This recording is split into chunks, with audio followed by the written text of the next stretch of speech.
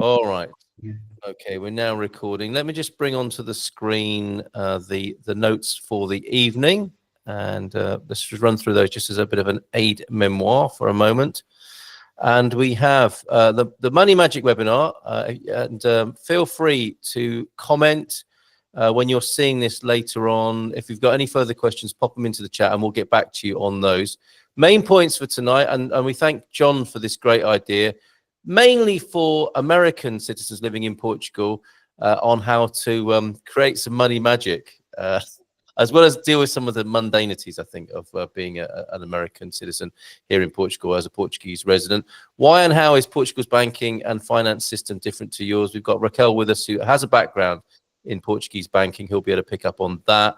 Retiree passive income versus earned income, those sort of D7 issues, necessity of maintaining a US presence, usefulness of keeping a US phone and US legal address. And I imagine we'll have some personal experience of why that's really important and what can go wrong when you don't do that. And there's definitely a currency aspect to that I think Sarah will pick up on, who's here from Spartan FX. Necessity, usefulness of intermediary financial vehicles like Spartan FX and the other systems, and how Spartan is often better than those. Tax gotchas such as the F-bar. F-bar can cause an F-bomb from time to time when you don't know what you're dealing with there.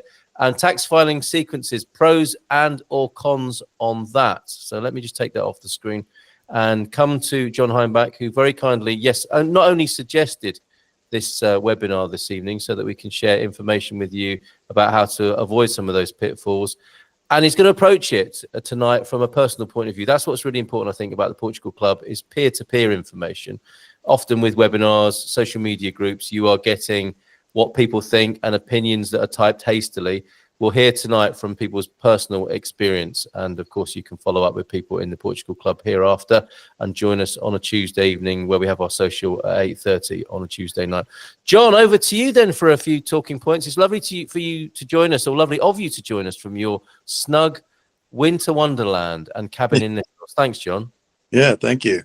Yeah, thanks, Carl. I'm going to not talk on each one of those points necessarily, and not necessarily in that order, but my input is mostly all going to be practical stuff pertaining to managing money while living abroad. So practical nuts and bolts that I've learned from my own research and from the occasional mistake as well. So I'll start off by talking a little bit about why and how U.S. banking and financial systems are quite a bit different from the EU.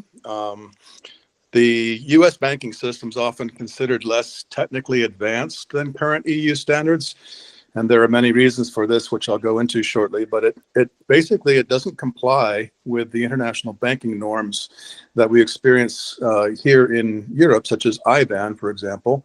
And as a result, it has slower transfer fees, still relies on outdated methods like physical checks, lacks widespread adoption of contactless payments and instant transfers, and there still exists a widespread distrust of non-US institutions. And this is particularly true of regional or community banks. Payments in the EU have been nearly instant for over a decade, and it's only in the last few years that some larger U.S. banks have offered that service more as a norm.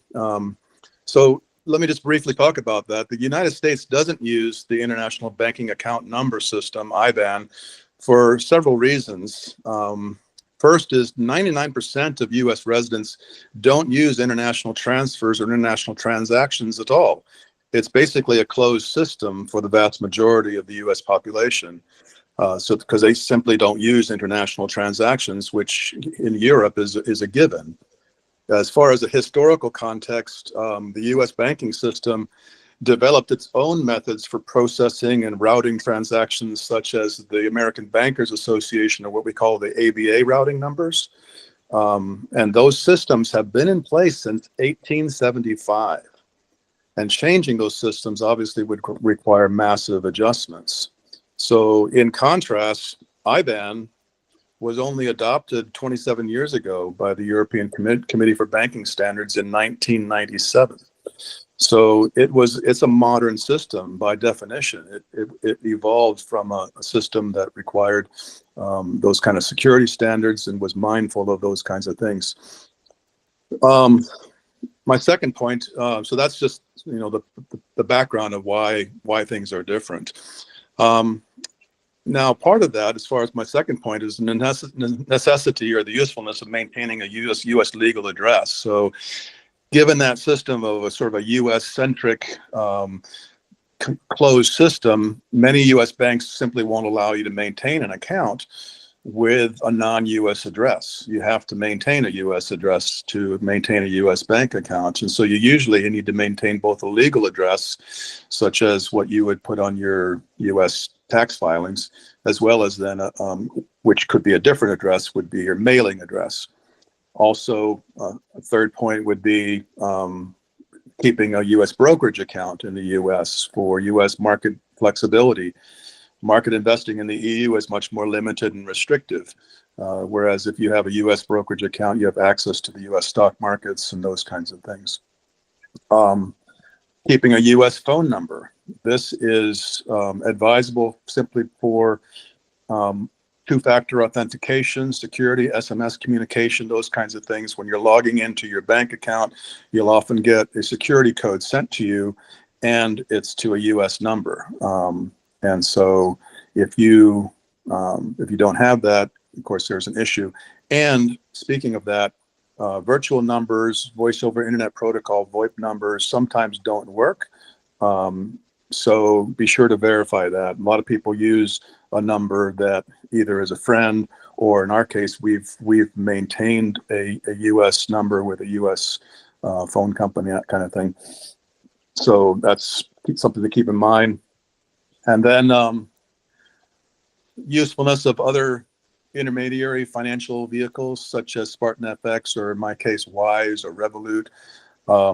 This allows you the simple ability to transfer US dollars from your US account, which you're maintaining, which in turn then can be converted to euros at your personal convenience. So Spartan FX, obviously, Sarah can speak more to it, but it allows you to send direct wire transfers from your US dollars into US dollars at Spartan FX.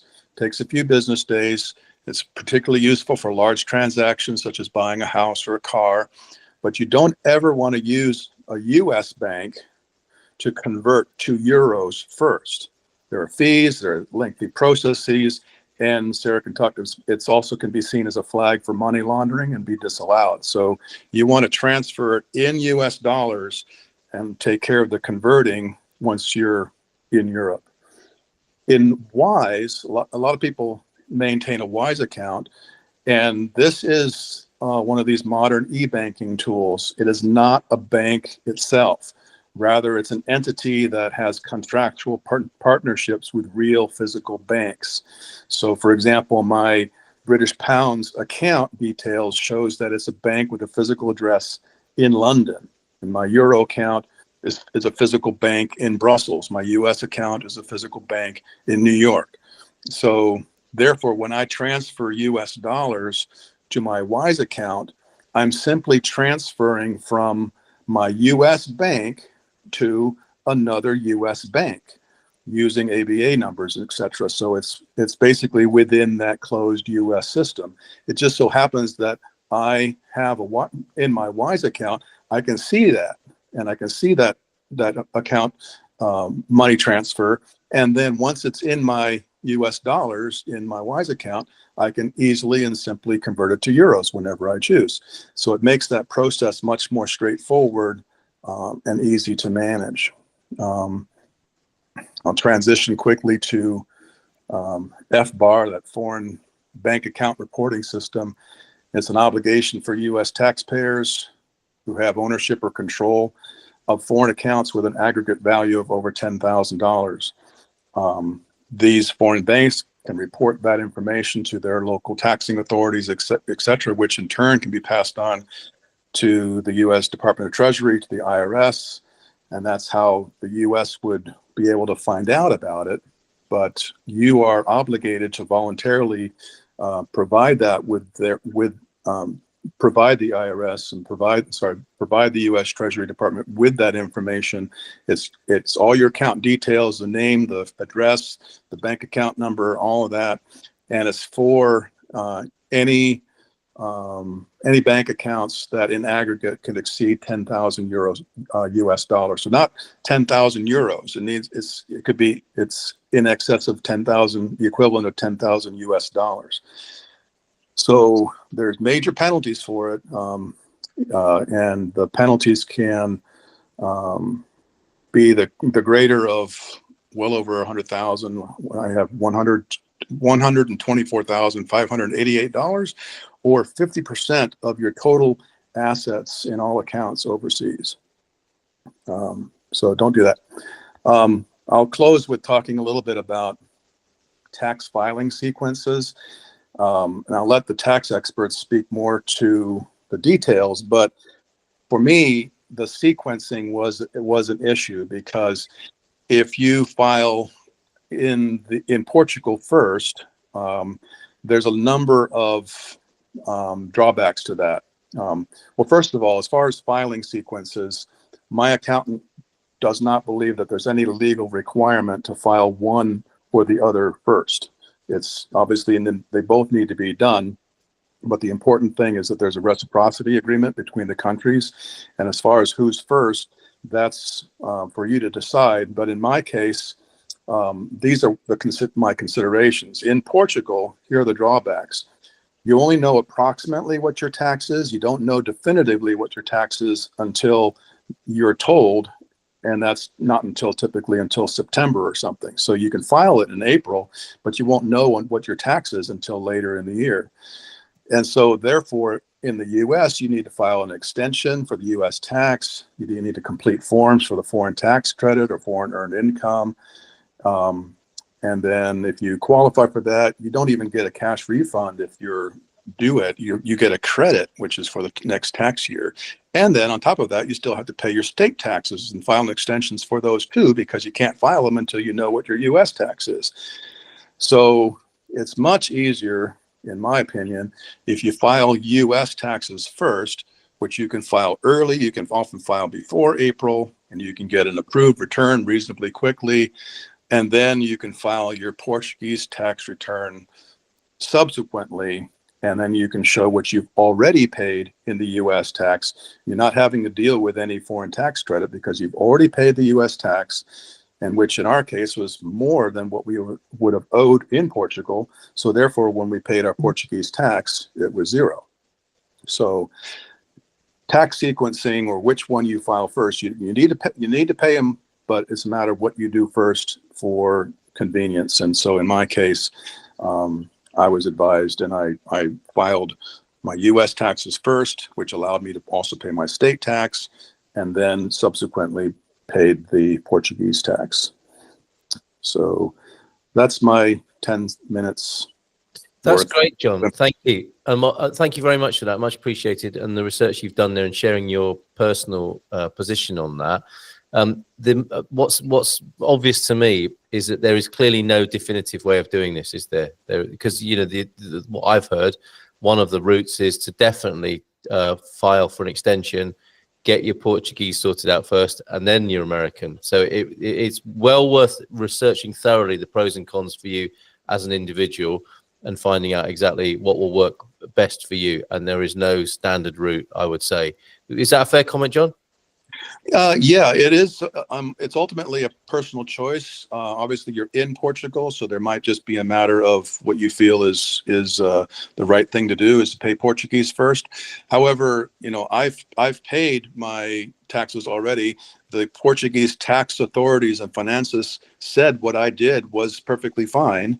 Yeah. They took my U.S. taxes and said thank you very much, and then determined that my tax in turn was zero.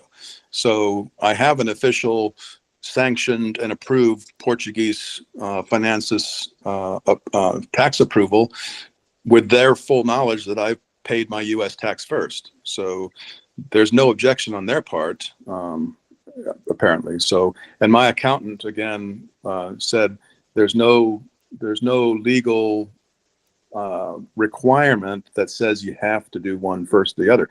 There is a legal reciprocity, meaning that if you pay one first or the other, if you pay Portugal first and you've already, let's say, paid 10,000 euros, well, then when you pay your U.S. tax, you would get a tax credit For that, you have to file the extension, all that. But the net result is that you end up not paying double. Well, it's a lot more convoluted and there's more steps to do if you do it that way. If you file Portugal first and then US, it's up to you if you want to do it that way. To me, it's much more straightforward to pay US first and then after that pay Portugal. Because in my case, with the taxes that I have to pay, my Portuguese tax is pretty much always going to be zero. Right. Okay. Thank you for that. And do I take it you have a representative both sides to take care of your taxation requirements, both Portuguese and here? But I've always done my own taxes for decades. There's been only a couple of occasions where I've used a tax advisor on the U.S. side because my taxes generally are very simple. I only have two sources of income, and it's boom, boom, boom. So it's very. Can I clarify that then? So you have a Portuguese representative and you do your own US. You feel That's correct. I do my own US and I have a Portuguese tax advisor accountant to do them here. Now, as far as I know, there is no professional on the market who does both sides. That doesn't seem to be a product yet or a service yet. And the best option I'm suggesting is to look at the webinar I hosted last Thursday, which is on Expats Portugal's YouTube channel, as a really good start to what goes on to the theories. And there's also an offer from Greenback themselves, Greenback Expat Tax Services. They're doing a special offer. If you like what they're saying and you want to use them, you can take advantage of that offer. But it's a good webinar to watch anyway to get a sense of what you're up against. There's some good information in there, as it was with John sharing with us just there. So that's what I would suggest. Check that video out. Which you can I did have a negative experience initially with the U.S. I didn't use Greenback. It was one of the other well-known groups here that says they do both U.S. and Portuguese taxes, and they were going to charge me 700 euros to do my taxes. And they had someone I could talk to, but then there wasn't getting any calls back. I thought for that much, I should be able to have some actual person I would dealing with. Yeah. I finally got in touch with somebody, was explaining my situation, that my taxes were fairly straightforward. I just had these two documents, and they said, "Oh, if you just have this, and so, it's only 300 euros or something, or 350." And so I did get a refund for half of it, but for what I had paid, it's like, look, this is totally not worth it. So I just said, forget it, keep it. Keep the 350, and I'll just do my own and get it done because they were anyway. Very interesting. All right, thank you for that. Thank you for that. We may talk about them in the informal, non-recorded part.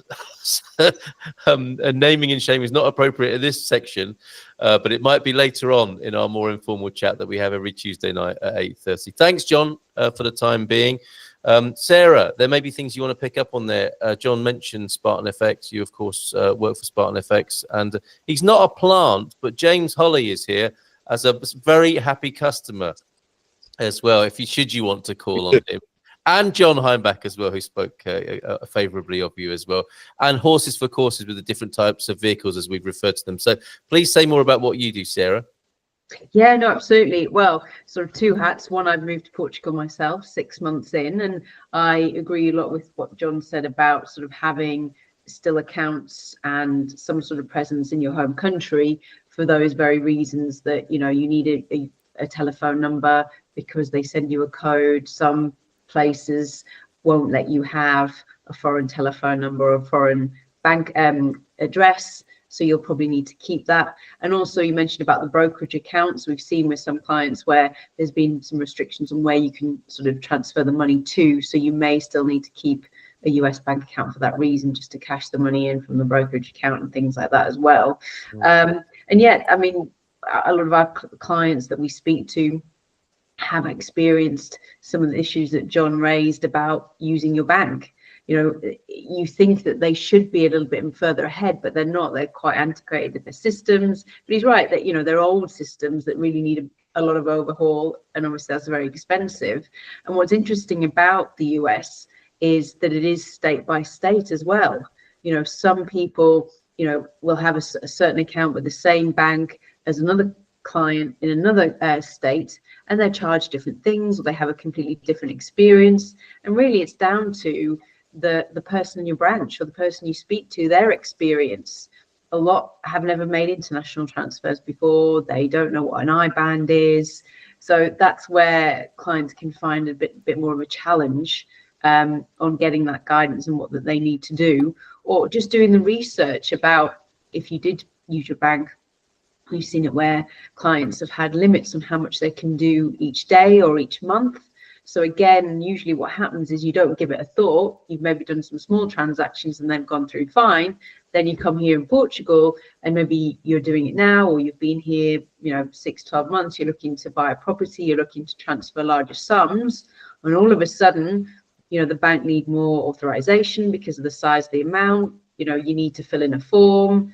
Some want you there in person. And it's things like that that sort of investigating what you need to do before you move to make sure you can move the funds smoothly, essentially. I mean, we've done, FaceTime calls with clients. They call us from their bank and you speak to the bank teller and things like that, just to make that process easier. Mm-hmm. What we are seeing is that it is taking longer sometimes for payments through banks as well, because what happens is that the beneficiary bank can flag the payment and ask the bank that sent the money for more information. Now, if we're the intermediary, they would come to us, we would come back to them straight away and give them the information that they need. If we weren't in the middle, they go back to whoever sent that. So if that's your bank in the US, we've seen a client who used, I think it was Revolut, and basically they use an intermediary bank, which is JP Morgan. So then it went to JP Morgan, then to Revolut, and it just was a very slow process between the two, the three parties. And the thing with some of the online companies, their policy is we'll get back to you in 5 working days. So again, if it's sort of urgent, it gets a bit of a struggle sometimes. That's where clients can have problems especially if you've got deadlines that you're trying to make and you don't know where your money is and can be a bit challenging. Yes, missing in action, a massive amount of money somewhere between here and the not in my bank, so where is it? Yeah, exactly. Yes. Wow. Sorry, Sarah, to interrupt there, but that's fine. It takes that kind of stress out, doesn't it, to know that you can speak to somebody. I don't know if James wants to add to that about how speaking to somebody at Spartan is probably a little bit more reassuring than getting put through to a call center. God knows where, when you're talking to more of a sort of, a bigger unicorn type online currency transfer system like Wise or Revolut. I don't think that the customer service is as good as you'll find at Spartan FX. Do you want to say a bit more about that, James? Absolutely. I really value customer service. I'll pay more for a service because the customer service is excellent. And if the customer service is crap and it's cheaper, I'll take the more expensive one every time for better customer service. And my experience with Spartan FX was really a sense of being a family. I felt like I was calling my brother or my cousin or somebody. That didn't feel like I was talking to some employee of a big company who was going to, put me on hold and give me the appropriate numbers that I needed. He talked to me like a human being. My current experience is more, the communication is via email, but it works fine. The previous one, Neil was my previous customer service guy, and he once called me from his kitchen while he was preparing dinner for his children.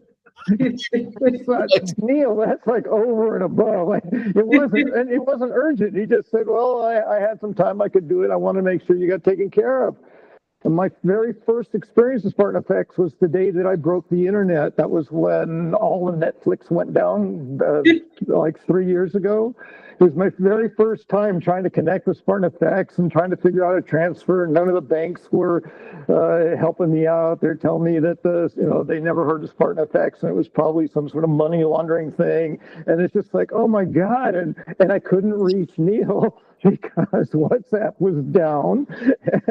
And then noticed that I had made 3 calls and unsuccessfly hadn't been able to connect with Neil, and called me personally in California. My phone rang. I said, England, what's this? And it was Ben saying, I've seen you try to reach Neil several times unsuccessfully, and I'm wondering if I can help you with something. Very good. So the customer service is really what sold me, and the rest works really well. The fact that I can Matter of fact, he's the one that said, if you're having trouble with the banks doing transfers, and I've offered this to everyone I've talked to since, if you have a brokerage account, transfer your money to your brokerage account and then do your wire transfer through them. He said they generally don't have any snags with that, and that's worked perfectly for me since. Good to know. So it's an extra step, but it's easy. Again, like John said, it's American dollars to American dollars. It's one bank to another bank in the U.S., but the other bank is a brokerage firm that understands wire transfers and will do them. Very good. So, and also, sometimes if you have a European address, then maybe we can give you access to a US Spartan account, and you can do the ACH transfers as well. So that could be an option. Very good. Okay, well, we're coming towards the end of the recorded session. I want to make sure Raquel gets to speak. Thank you, Sarah, for the time being. The link to Spartan FX and the possibility of opening a free account with them, there'll be a link wherever you're watching this. Raquel, did you think that was fair, the assessment of the Portuguese banking system? We're so much better than the United States, aren't we? Well, it's funny because that was one of the questions that I made Sarah for my podcast, because that was exactly my doubt, was because so many people have so many bad things to say about the Portuguese banking system, including me.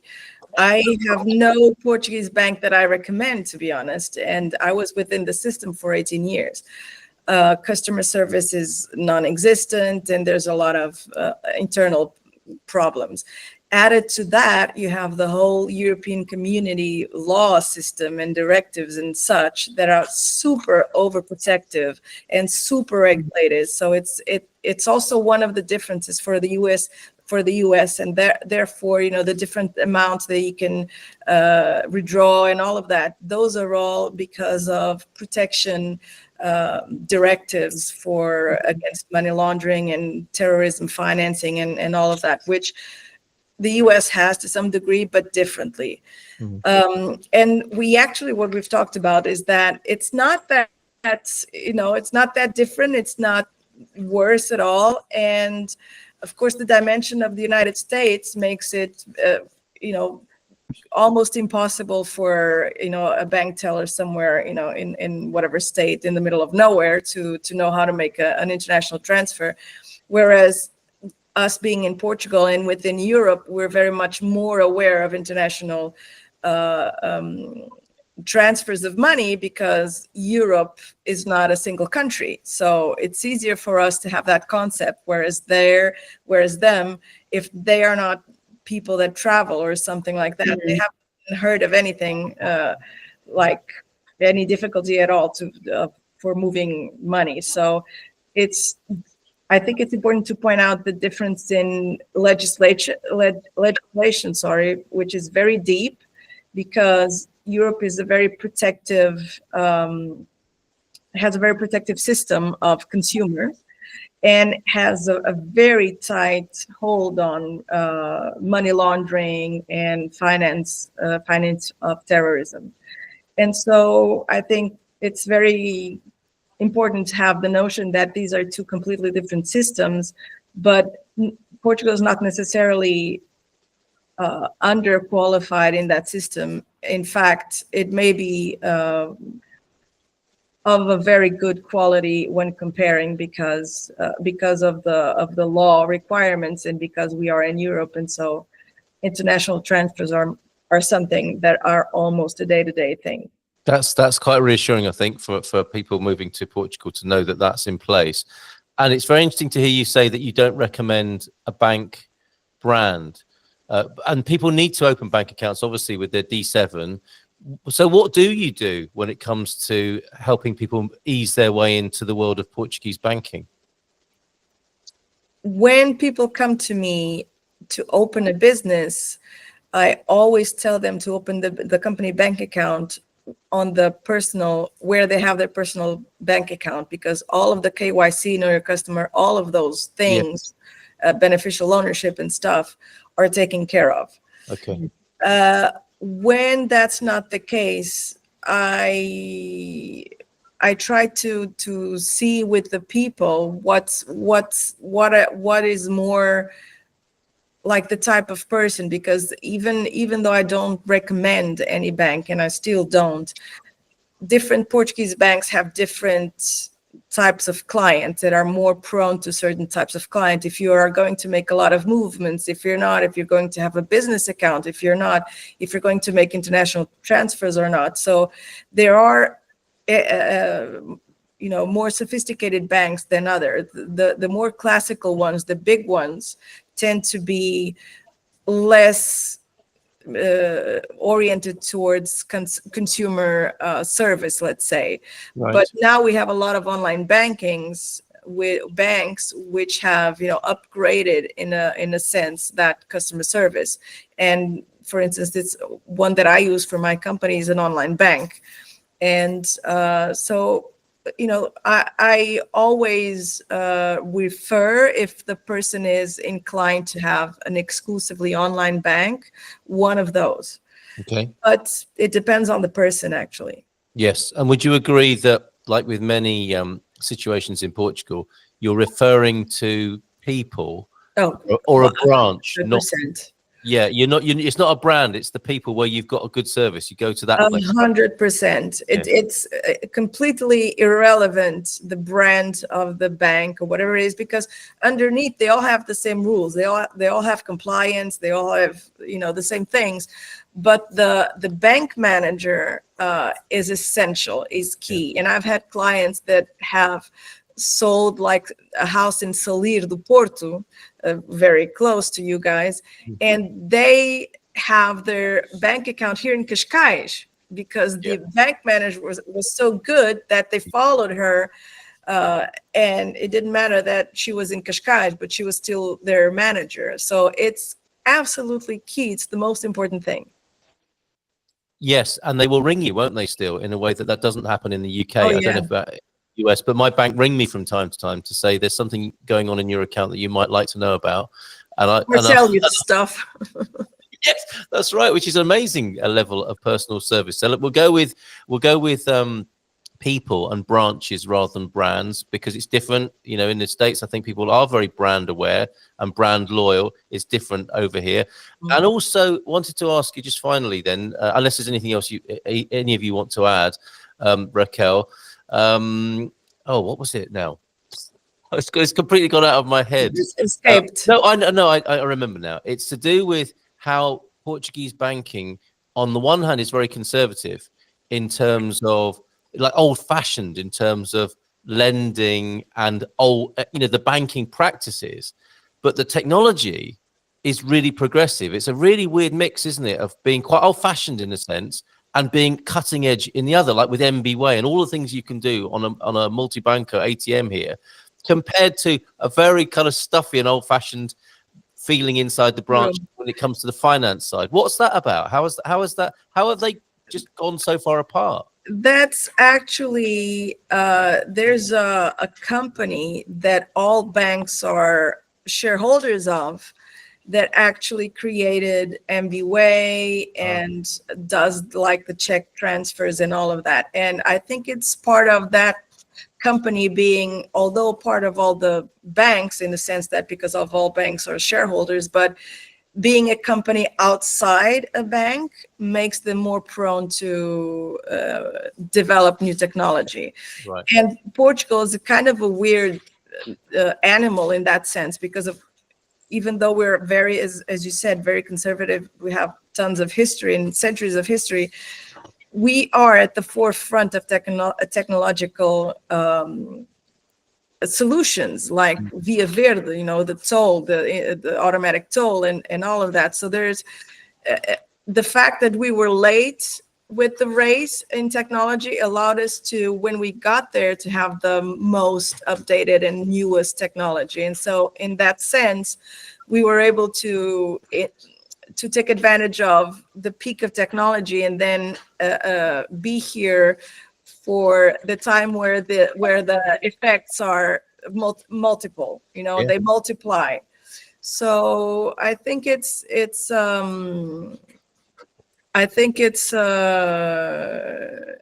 sorry, I forgot. Now I forgot what I was saying. It's this relaxing atmosphere in front of these Christmas. I think so. I think so. I think so. It is. You also mentioned that you help people start companies, and that's Lighthouse Consulting. I'm very happy with your service and would recommend you to other people who, this is different. There's the whole part of opening a bank account, which you need to do, talking about taxation, which everybody needs to be committed to and comply with. But then if you want to start a company as well, Raquel helps people to do that as well. Yeah. So sorry, I cut you off. You were adding something else there. Now, the fact that there is that different company does help, but and I worked for a bank for 18 years, so I know the system from within. And like 5 years prior leaving, I just blurted out suddenly to my team, traditional banks are going to die in 5 years. And everybody started laughing until they saw that I wasn't laughing. Yes. Because not only, crypto and all of the DeFi movement, but they are such huge monsters that they have so much difficulty moving and changing things and integrating new things in the systems, because the structures, the technological structures may be new, but if they're 10 years old, they're way, old in banking, isn't it? So they're, in my view, they are going to die really soon, because in terms of bank transfers, we have Revolut, we have Wise, we have a whole lot of other solutions that have completely substituted the bank roles. And the one thing that they still do that those companies didn't do was lending money. Yeah. And now they are starting to have those licenses to borrow money. So bye-bye, because customer service in those banks and Revolut and Wise and whatnot are much better. Things work much faster. And so if they do the one thing that the other ones did, forget about it. People will say, won't they? They will remember you, your colleagues. Raquel was right when she said that. I hope that they get out in time. Thanks, Raquel. Nunu's here, wants to add something to that. We'll come back to you as well, Sarah. Go on, Nunu. Thanks for being here tonight. Yeah, hello, everyone. First, so sorry. I was working and suddenly, not a problem. No, it's Christmas. We're fine. We're very relaxed here. Second, does these online meeting goes online? And this recorded part will be shared. I'll stop. Okay. I'll stop the recording in just a moment. It sounds like you want to say something that shouldn't be shared. Right. So we'll come back to you on that, Sarah. Before I conclude the recording, is there something you want to add for in the public domain? Oh, we need to. On mute. Oh no, I'm on mute. I do agree with so well. Doing so well. I do agree with Raquel. Obviously, that's why we exist and we can be successful, and not just because of the service, but because there is a need for people to have better technology as a smaller firm or access to better technology. I think the only thing is, obviously, still at the moment, is just making sure that those companies that you are working with like that are doing the right checks with the compliance as well, because we've seen Revolut in the press a number of times. I think the Panama a documentary on, I don't know, TV, Netflix or something. Oh, right. And it's just a case of, making sure that they are still, there's advancements in technology, but some corners are not cut to make sure that they're still compliance and due diligence, because ultimately that is there to protect not only the company but other clients and against money laundering. So as much as obviously we moan about it with the banks being too far the other way, some of it is still important. So it's how we kind of get that right as well. Well, it's the underwriting, isn't it, that you're known for, and the security of the funds. That's when people want their banks to be really conservative and old-fashioned, isn't it? It's like, what happens to my money if there's a problem? And yours is 100% underwritten, isn't it, Sarah? Which is quite unusual. It's not. Yeah. So the types of accounts are in the client's name, and that all of it's protected, so you get all of your money back first and foremost. Yes, good to know. Whereas in other situations, it's up to a certain amount, isn't it? Or so much per in the dollar or in the pound. So thank you for that, Sarah. Barak's got a question. Is this for public domain or should we take this to the chat, Barak? No, it's okay for public this time. Okay, go ahead. this time. No, Raquel, I have to agree with you that it's interesting how the U.S. seems to claim that their banking system is so advanced. However, and I used to work for actually several different banks. And the last one I left, I told them, I said, I would never have a mortgage, a checking account, a savings account with you, because I've seen the ugly underbelly of how banks work.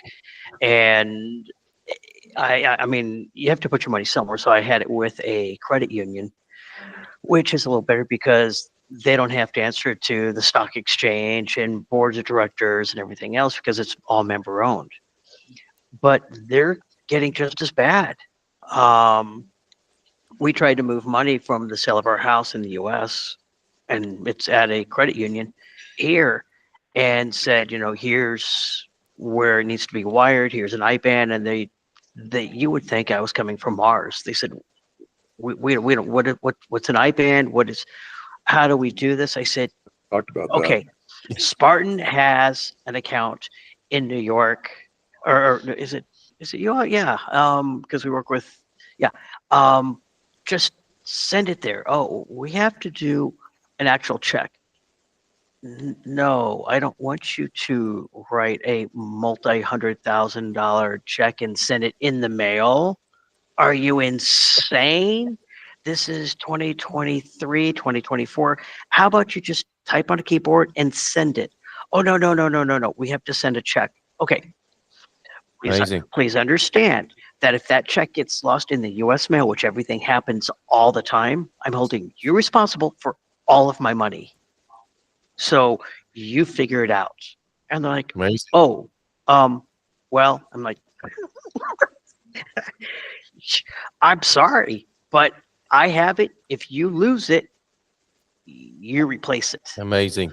Okay, so It's on balance, it's and crazy. Portugal, perhaps the most technologically advanced of the two, which might come as a surprise to some Americans who will be listening to this.